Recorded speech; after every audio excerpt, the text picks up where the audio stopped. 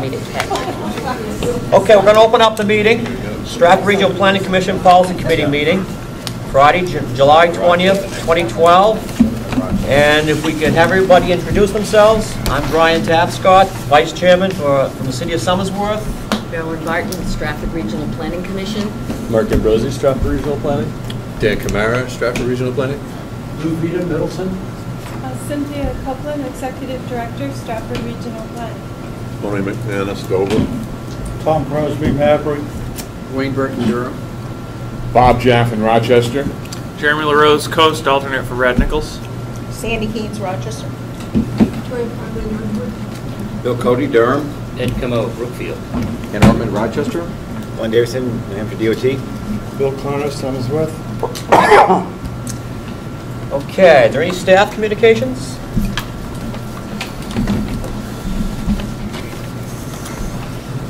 I guess this is Cynthia, and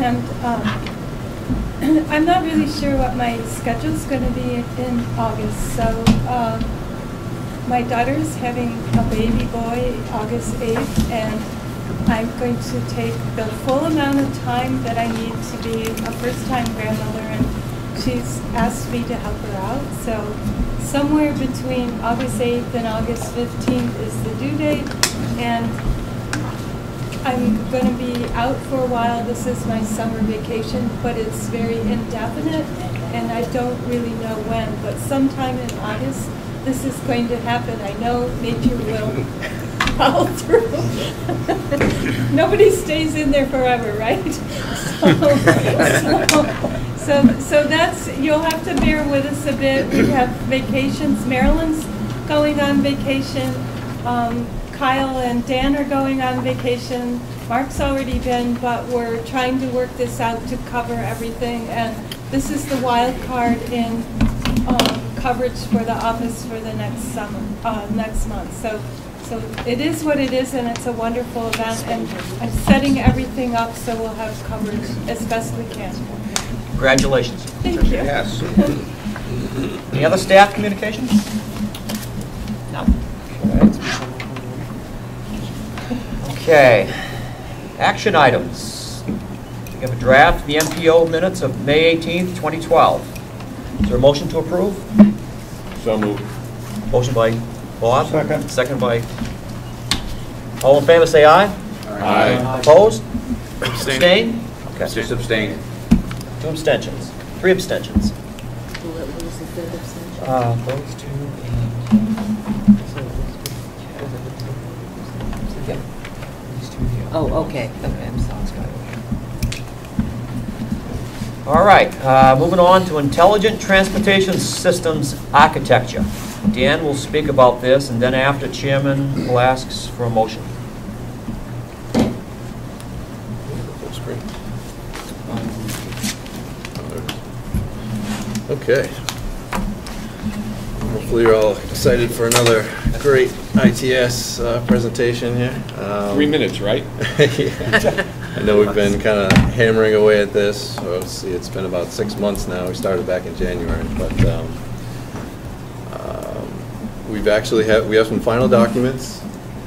We've gone through a very thorough process. it has been a little bit expedited just because we needed to close the contract by June, which we did under budget and on schedule, so that was great. But I just wanted to sort of give you a broad overview of ITS again and our process and what we ended up with. So today, I'm just going to quickly get into the 3 different documents, the architecture, the strategic plan, the final report, then also just give a quick timeline of what we did, the stakeholders that were involved and invited, how these documents can be used, and how they could possibly be maintained. All right, I know this is, I hate to read off of slides, but I think for the benefit of the people in the back of the room and for people that may be watching, I'm just gonna, this is gonna be the only slide that I read from, so thought it'd be useful just to go back and describe what ITS are and why we're required to do this as an MPO. So what are ITS? This comes straight from our documents here. Intelligent Transportation Systems, ITS, are applications of advanced technology in the field of transportation with the goals of increasing operational efficiency and capacity, improving safety, reducing environmental costs, and enhancing personal mobility. ITS projects can provide a wide variety of benefits, including increased system capacity through more efficient use of existing infrastructure, improved system management, including incident management, better informed travelers through provision of real-time traveler and weather information, increased safety, and reduced environmental impacts. Intelligent transportation systems are a series of tools that can be applied as needed to address specific identified regional transportation needs.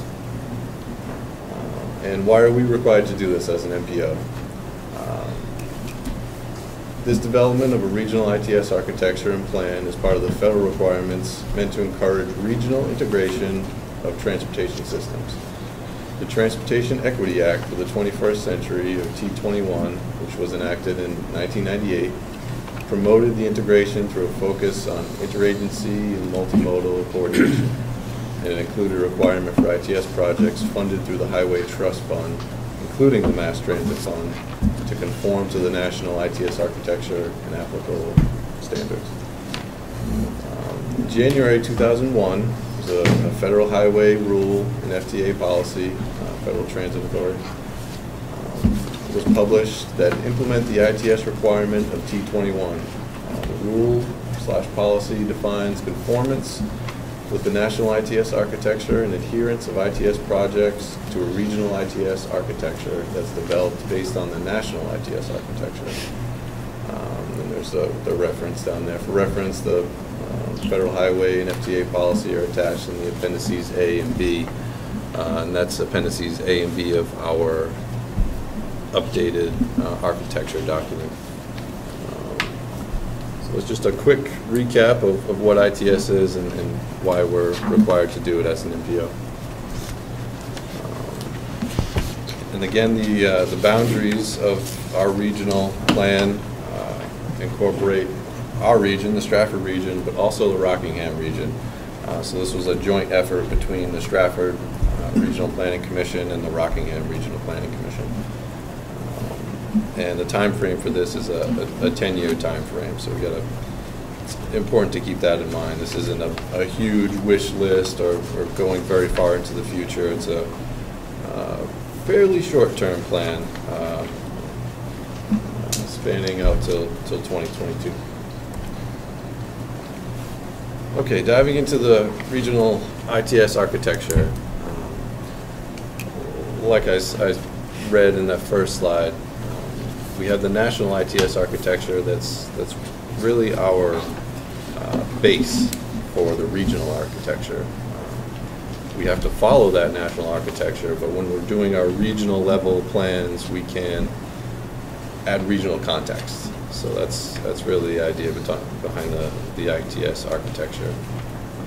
And it's meant to provide a common framework or a common platform to help support seamless provision of transportation services, improve transportation system efficiency and effectiveness, ultimately reducing costs and helping to provide the maximum amount of efficiency and cost savings when implementing some of these ITS. And of course, that last bullet's a pretty important one for any project with ITS elements receiving federal funds. Consistency with the regional ITS architecture is required by federal highway and FTA policy. So any ITS projects that we want to get implemented in the region should, to some degree, be spelled out in the ITS strategic plan. So again, a little bit of this is somewhat redundant, but again, it provides that common platform to get all stakeholders in the room to hopefully come up with common needs and opportunities to address those transportation issues, and make sure that we're not implementing systems that can't communicate with each other. We don't want say, the city of Dover implementing traffic signals that don't speak with the city of Somersworth or the city of Rochester. We want to make sure they're all communicating together, maximizing efficiency and increasing mobility and safety. And that's really what the ITS architecture is all about, making sure you have that common framework, getting all the right people in the same room to talk about needs and possible opportunities to coordinate. Now I'll go over this in a little bit, but with the architecture and the strategic plan, we now have draft websites available through our website where you can see the architecture and the strategic plan in a more visual way. The documents themselves can be a little bit cumbersome and rather lengthy, and I'll admit not all that interesting unless you're really into these systems. So we've put together two websites, the architecture and the strategic plan, posted on our website, which I'll show in a minute or two once I get through these first few slides here. But this is just a screenshot of the architecture website. Getting into the strategic plan, it basically takes that higher systems level architecture and takes those needs and the opportunities that were discussed in the architecture and comes up with an implementation strategy. So this really gets into the projects, really the meat of the ITS update. So let's see. What this does, it takes those projects and it provides time frames to them, identifies where they can possibly be, and this is, to me, this is the more interesting part of this whole effort, is to actually see what could possibly be implemented over the next 10 years. And of course, on the bottom there, we keep stressing that this is a living document that should continuously be revisited to make sure that it's accurate and relevant to support in some of the other plans that we put together, like the TIP and the long-range plan, which Mark and I will be talking about later. Let's see. So here's just a quick snapshot of what came out of the update with the strategic plan, the different types of projects, and how many of the different projects there are. As you can see, most of them are traffic management related projects, also transit management related projects. A few parking management, a few multimodal management, emergency, and information management and communications. But altogether is a total of 23 new projects that have been added. There are also some older projects that have carried over from the original plan. There's just a quick breakdown of how those 23 projects are, basically the terms of those 23 projects, 4 short-term projects, 12 medium-term, and 7 long-term projects. And again, just a quick snapshot of what the strategic plan website looks like. But I'll get into this in another minute here. And finally, the third document that comes out of this. So you have the architecture, you have the strategic plan, and you also have the final report. The final report is basically a summary of the other 2 documents. It's a little bit easier to read, so if you don't want to read the individual documents themselves, this is a great little one-stop shop to see the project more as a whole and in a more condensed version. So I'd say if you're hesitant to look at the documents, I'd say maybe start with the final report and dig deeper into the other reports if you want to or haven't yet. Before I get into the timeline, I just want to switch over to the website and give you a quick little run through of the architecture and the strategic plan website. If you go to our homepage, just www.strafford.org, our webpage will come up and you'll see there's this new button at the top here called Regional ITS. We had wanted to fit it under the transportation module, but apparently there was some space issues and we couldn't get it in there, so we had to create a new button. But, if you go under here, you have 3 different links. You have one to the architecture, one to the strategic plan, and also one that takes you to our documents, our final documents. But I guess we'll just go to the architecture website real quick. You see, this is a pretty generic form. This comes out of the National Turbo Architecture, so it's a very set, standardized website that's pretty consistent amongst other MPOs and what they have on their websites. But it's a good way of seeing some of what went into the architecture. Like if you wanted to see stakeholders, you can pull up a list of stakeholders, a brief description of all the stakeholders that were invited. But what's really nice is you can see, it's called inventory on here, but if you say select inventory by stakeholder over here, you can see the ITS elements over here to the right by stakeholder. So let's see, we'll take Dover an example right here. We have some Dover traffic management systems and also Dover traffic signals. And if you want to click on one of those, you can dig a little bit deeper, find out more information. There's some websites that'll take you to some city information. It's a really good way of digging into what came out of this effort. So I guess just switching over to the strategic plan website real quick. There's no easy way to get back here, and this is part of the reason why it's a draft. If you just hit the back button, it's going to go back through every single thing you clicked on in the architecture. So what we're going to try and do is we're going to have these logos linked to our homepage so you can quickly go back to our homepage. But for right now, we're still working on it with our web designer, so fine-tuning it as we go. But just quickly going to the strategic plan website. This is the one that I like to refer to because, of course, I'm the GIS person. I like to see things visually, and it's nice to have this little Google Maps base here. But basically, you have the Google Maps base over here, just roads, parks, your just like your normal Google Maps view. And over to the right here, you have your project layers broken down by those project categories that I went through before. So it's as simple as clicking on, say, emergency management, and up come some lines and some polygons. There's a key down at the bottom to indicate what the colors mean. They're basically how they're broken up, short-term, medium-term, long-term. But to find out more information on them, all you need to do is just click on it.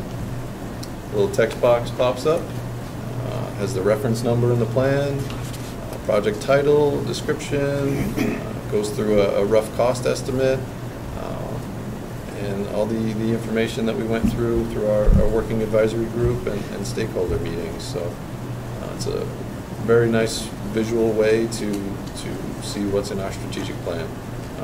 This is something we haven't had before, and hopefully it's a great tool for local planning, statewide planning. The DOT can use this when they're referencing or looking to do more of a regional project on one of their state roads.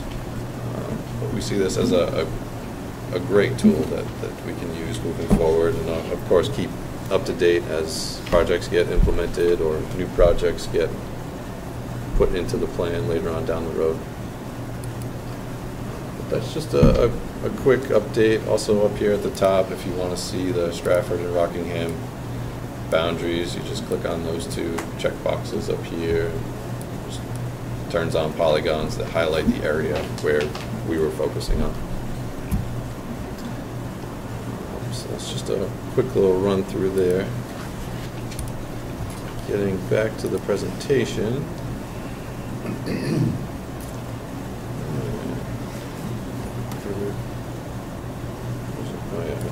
Full screen. All right, just a quick run through of our process here and timeline, all the different meetings we went through. So you basically have the timeline here. It starts in 2008, which is when we came up with our initial Rockingham, Strafford, ITS strategic plan and architecture. In that architecture, there was a maintenance section that established a 4-year update schedule, which is why 2012 here we're going through and updating this. So moving from 2008, jumps right to 2012 in January when we contracted with IBI Group to update these documents. Our first working advisory group, sorry for the acronyms in this, I needed to use acronyms to fit it all into one timeline. It would have just been too much if I spelled everything out. But the WAG stands for the Working Advisory Group, which was our kickoff meeting. And then we had in March our stakeholder input meeting, where we invited all of our stakeholders to basically get all of the needs on the table. Where are the issues? And discuss possible opportunities, ITS opportunities to address those issues. We went back to the Working Advisory Group in April to discuss those opportunities, to see if they were viable, see if we can fit them into this 10-year time frame. And then we went back to the stakeholders to review what the Working Advisory Group had suggested and put together. And that happened in May. And May 25th was the deadline for final comments. And then just this past month, we had IBI prepare the final documents. And then down here at the bottom, I just thought it'd be useful to include all of our TAC and policy meetings, which were helpful to provide, to receive comments from TAC and policy. But that's really the sort of the update timeline in a snapshot. Of course, it doesn't show July, which we're in right now, but last week we did present this to TAC, and they did make a recommendation for the policy to approve these documents. And of course, today we're looking for or requesting policy's approval of these documents. Could I ask you a question? Sure. Again, this is a public document. It's going to be on the web.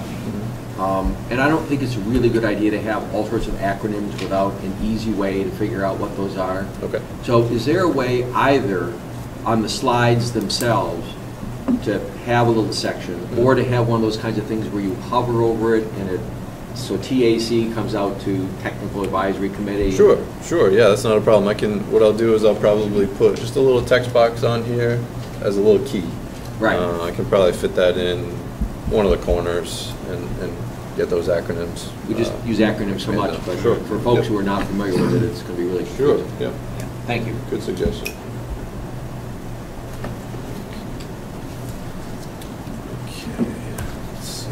And I thought it would be useful also just to provide a list of the stakeholders that were invited to these meetings. I won't go through all of them. It's a pretty extensive list.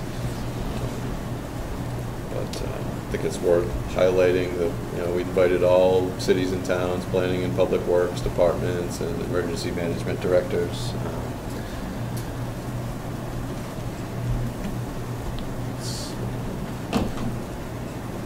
All right, now possible uses for these documents. I want to stress that it's really a guide. It's not meant to be set in stone. This is what it is. It's meant to be, like I said before, that living document that is supposed to address current relevant needs, and also to provide that framework where you know who to talk to. So if you want to implement an ITS system in your community or in your agency, you can go to that architecture website and see who you might need to be communicating with, or who you could possibly go or partner with to get some of these systems in place, so that your agency or your community doesn't have to pay for the entire cost. It's a good way to get other stakeholders involved and share costs. And yeah, that's really what this is about, is just encouraging collaboration, making sure that we're meeting that federal highway rule to some degree, spell out the systems that we want to have in place over the next 10 years.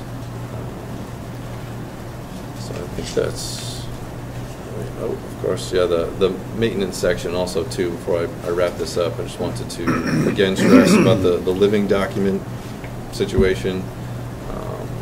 But in the 2008 document, in the original architecture, it's suggested that we update every 4 years.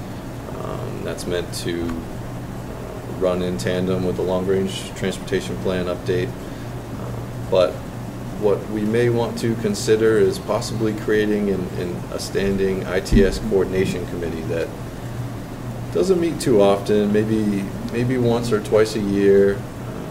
These projects don't move forward that quickly, although DOT has done a great job, especially with Route 16 and I-95, I-93, getting these systems out.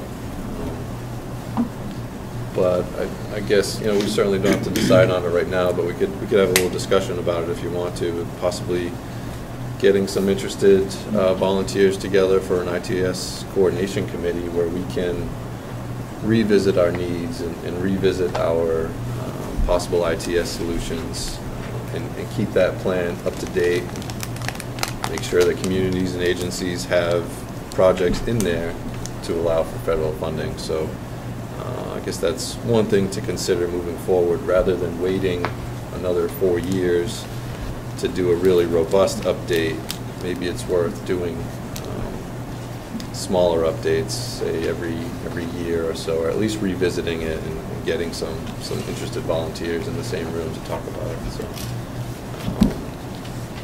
that's really all I had for the presentation. Of course, if you have any further questions, it's not just myself that worked on this in the region. It's also Dave Walker at the Rockingham Planning Commission. So if you may have a question that's related to the Rockingham region, I'm sure he could be a little bit more helpful to that respect. But we're certainly both available to answer any follow-up questions. And I guess if there are any questions or comments.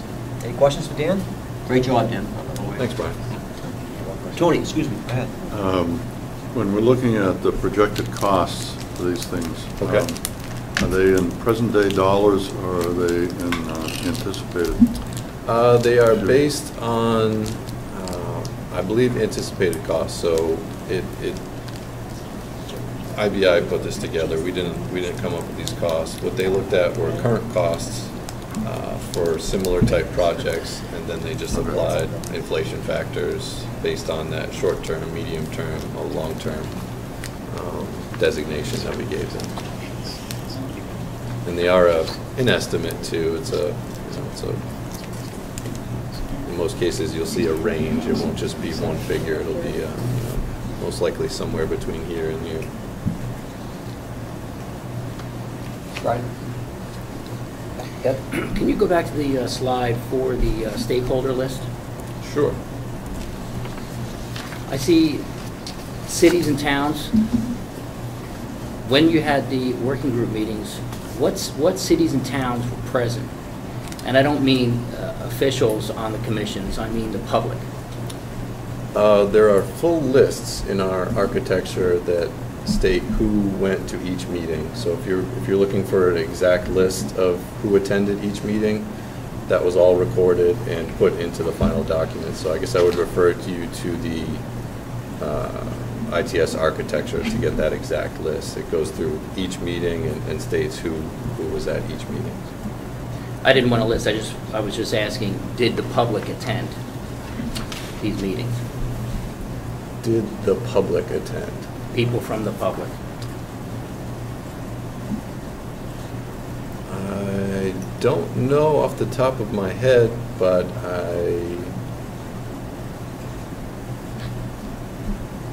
I can't think of anybody off the top of my head that wasn't either a public works official or part of the planning department. We certainly got the word out there, through through these meetings and through our website. But I can't think of anybody who was just a general public